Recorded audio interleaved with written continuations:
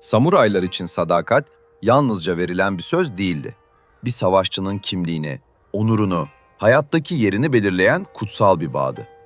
Peki, uğruna yaşadığınız, hizmet ettiğiniz, gerektiğinde canınızı vermeye hazır olduğunuz her şey bir günde elinizden alınsaydı ne yapardınız? Kanunlar zalimi koruduğunda intikam hala bir suç mudur yoksa yerine getirilmesi gereken son bir görev mi? Bugün Japon tarihinin en büyük sadakat ve intikam hikayelerinden birine giriyoruz. 47 Ronin'in kanla yazılan destanına. Yıl 1701. Japonya, Tokugawa Shogunluğu'nun katı düzeni altında yönetiliyordu. Ülke büyük savaşlardan uzaklaşmıştı. Samurayların kılıçları giderek daha az çekilir olmuştu. Ama barış, tehlikenin bittiği anlamına gelmez. Savaş meydanlarının yerini saray koridorları alır. Açık düşmanlıkların yerini entrikalar. Ako bölgesinin genç lordu Asano Naganori, Edo Sarayı'nda imparatorluk elçilerini ağırlamakla görevlendirildi. Bu görev yalnızca bir tören işi değildi. Saray protokolünde yapılacak küçük bir hata, bir lordun itibarını yerle bir edebilirdi. Asano'ya bu karmaşık kuralları öğretmekle görevli kişi ise yüksek rütbeli saray görevlisi Kira Yoshinaka'ydı. İkisi arasında tam olarak ne yaşandığı bugün bile kesin olarak bilinmiyor. Fakat yaygın anlatıya göre Kira, kendisine beklediği değerli hediyeleri sunmayan Asano'ya karşı giderek daha düşmanca davranmaya başladı. Onu küçük düşürüyor, hatalarını herkesin önünde yüzüne vuruyor. Sabrını sürekli zorluyordu. Savaş meydanında düşman karşınızdadır. Saraydaysa fısıltıların arasında hemen arkanızda durur. Günlerden bir gün Kira'nın hakaretleri dayanılmaz bir noktaya ulaştı. Asano öfkesine yenildi. Edo Sarayı'nın koridorlarında kılıcını çekti ve Kira'ya saldırdı. Darbe ölümcül olmadı. Kira hafif bir yara aldı. Ama Asano'nun kaderi o anda belirlenmişti. Shogun'un sarayında kılıç çekmek, nedeni ne olursa olsun ağır bir suçtu. Asano'ya kendisini savunma fırsatı verilmedi. Aynı gün seppuku yapması emredildi. Genç lord, beyaz ölüm kıyafetleri içinde diz çöktü. Asano verilen hükmü yerine getirdi. Ardından Ako Beyliği dağıtıldı. Topraklarına el konuldu. Asano'ya bağlı yüzlerce samuray bir gecede efendisiz kaldı. Artık onlar birer Ronin'di. Ronin olmak yalnızca işsiz kalmak değildi. Bir samurayın toplumdaki yerini, gelirini, kimliğini kaybetmesi demekti. Çoğu farklı şehirlere dağıldı. Kimi çiftçilik yaptı, kimi ticaretle uğraştı, kimi başka bir lordun hizmetine girmeye çalıştı. Ama içlerinden bir grup Asano'nun ölümünü unutmadı. Bu grubun başında Ako'nun eski baş samurayı Oishi Kuranosuke vardı. Bazıları hemen Kira'nın üzerine yürümek istiyordu. Öfkeleri tazeydi. Ama Oishi ani bir saldırının intikam değil, sadece toplu bir ölüm olacağını biliyordu. Çünkü Kira'nın adamları onları izliyordu. İlk şüpheli harekette yakalanabilirlerdi. Bu yüzden o işi beklemeye karar verdi. Ama beklemek, hiçbir şey yapmamak değildi. Planın en zor kısmı buydu. Kira'nın kendisini güvende hissetmesi gerekiyordu. Bunun için yalnızca Roninlerin dağıldığına değil, liderlerinin de bütün onurunu kaybettiğine inanmalıydı. Oishi ailesinden uzaklaştı. Kyoto'nun eğlence yerlerinde günlerini içkiyle geçiriyormuş gibi davrandı. Sokaklarda sarhoş halde dolaştı. Geceleri yol kenarlarında sızdı. Bir zamanlar karşısında insanların saygıyla eğildiği baş samuray, artık çocukların bile alay ettiği bir adama dönüşmüştü. Sonradan anlatılan ünlü bir hikayeye göre başka bir samuray onu sokakta yerde yatarken gördü. Yanına geldi, yüzüne tükürdü ve efendisinin intikamını almaya cesaret edemeyen korkak bir adam olduğunu söyledi. O işi karşılık vermedi, başını bile kaldırmadı. Casuslar bu sahneleri gördü. Kira'ya rapor verdi. Ako'nun savaşçıları dağılmış, başlarındaki adam bir sarhoşa dönüşmüş. Artık tehlike yok. Kira rahatladı. Malikanesindeki güvenlik önlemleri zamanla gevşedi. Muhafızların dikkati azaldı. Yaklaşan tehlike tam da görünmez hale geldiği anda büyümeye başladı. Bu sırada Roninler gizlice Edo'ya yerleşiyordu. Kimisi tüccar olmuştu, kimisi işçi, Kimisi zanaatkar.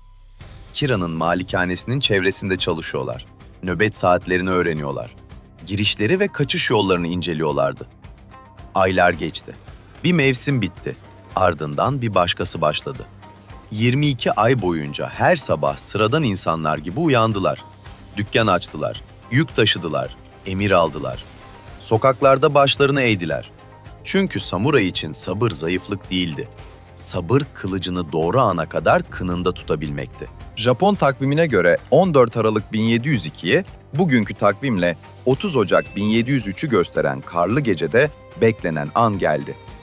Edo derin bir sessizliğe gömülmüştü.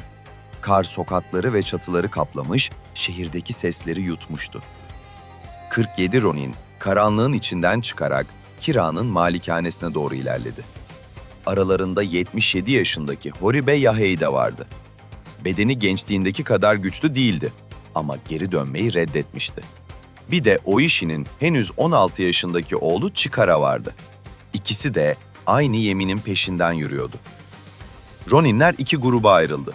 Bir grup ön kapıya, diğer grup arka tarafa yöneldi. Çevredeki evlere hedeflerinin yalnızca Kira olduğu bildirildi. Kadınlara, çocuklara, silahsız kişilere dokunulmayacaktı. İşaret verildiğinde kapılar kırıldı.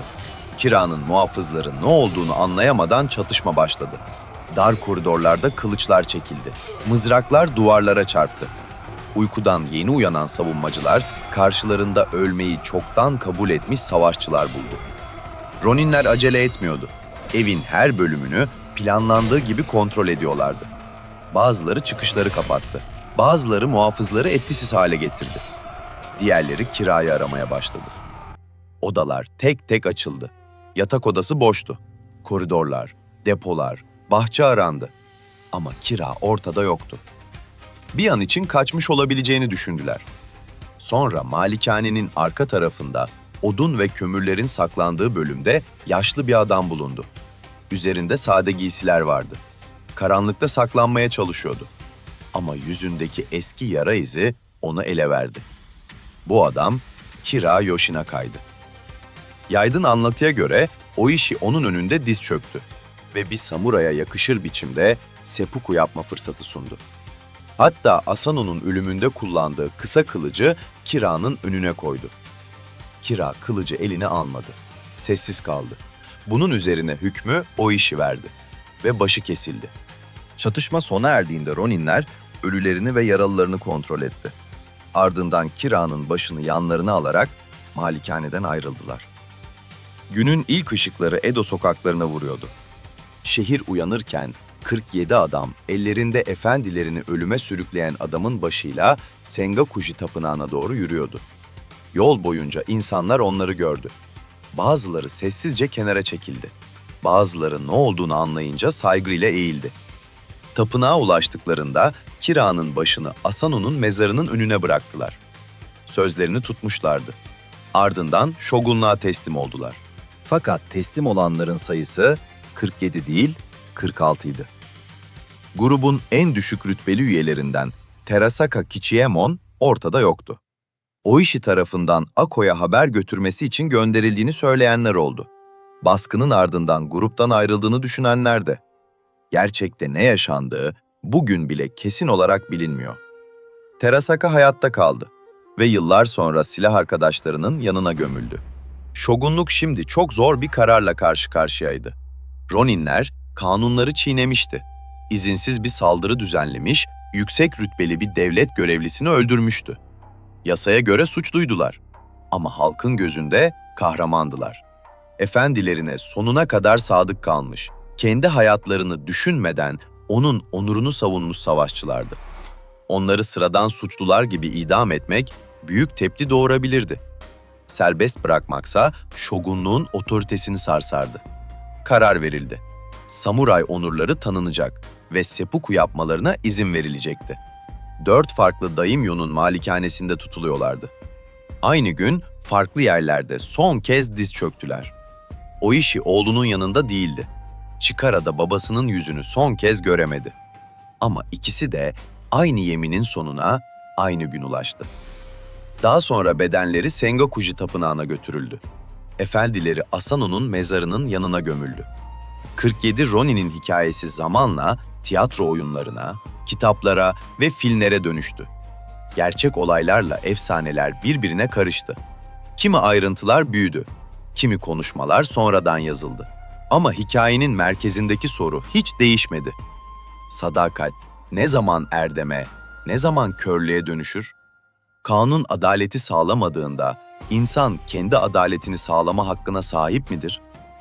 Ve siz doğru olduğuna inandığınız bir söz uğruna yalnızca hayatınızı değil, tarihe bir suçlu olarak geçme ihtimalini de göze alabilir miydiniz? Düşüncelerinizi yorumlarda paylaşın.